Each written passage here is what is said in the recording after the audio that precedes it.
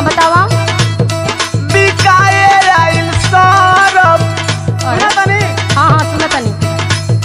बिकाए आइल सरफ लेला माला काइन हो बिकाए आइल सरफ।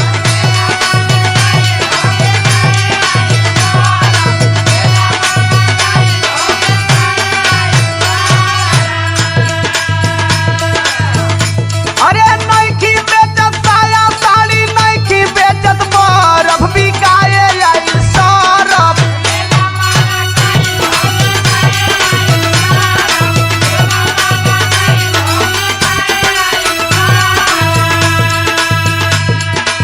सुना हाँ जी बोली बोली। बना लो अपन बहन। अरे? आवा सरफ वाला हो बना लो अपन बहन। जय हो बानी बाबा जय हो। बढ़िया गाड़ी से लागल बड़ी।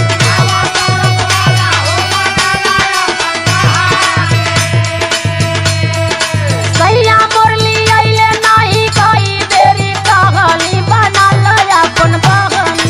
आवा सरफ वाला हो बना लो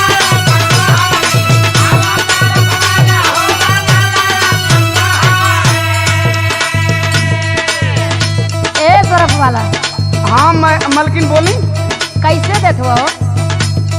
अरे वो भाव नहीं की जानत कहिए से आपका गाँव में आवत जात बनी। अरे तो बताई देबो तो का हो जाए। तो सुनी बताओ तनी। बताओ। 3 पैकेट ले लो लागी 100 रुपया।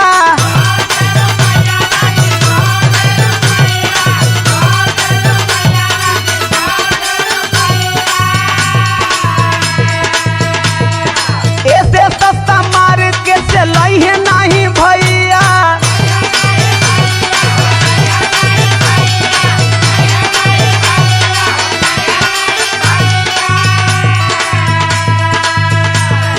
हमरा मल के चारा चाहो खेला चारों तरफ बिकाए आइल सरफ।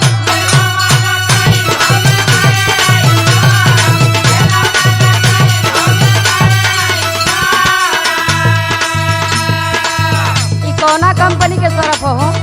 100 रुपया में 3 गो। सुना हाँ तनी सुनावा। सस्ता सस्ता माल बेची करे ला तू ठगिया। ए तो के ले एक वाला ठीक मत काटा। अरे मैंने कोई नहीं सकता नहीं।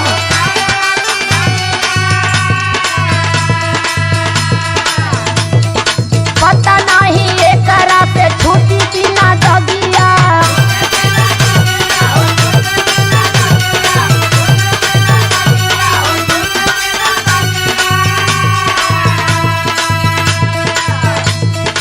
यूज कैली ब्रांड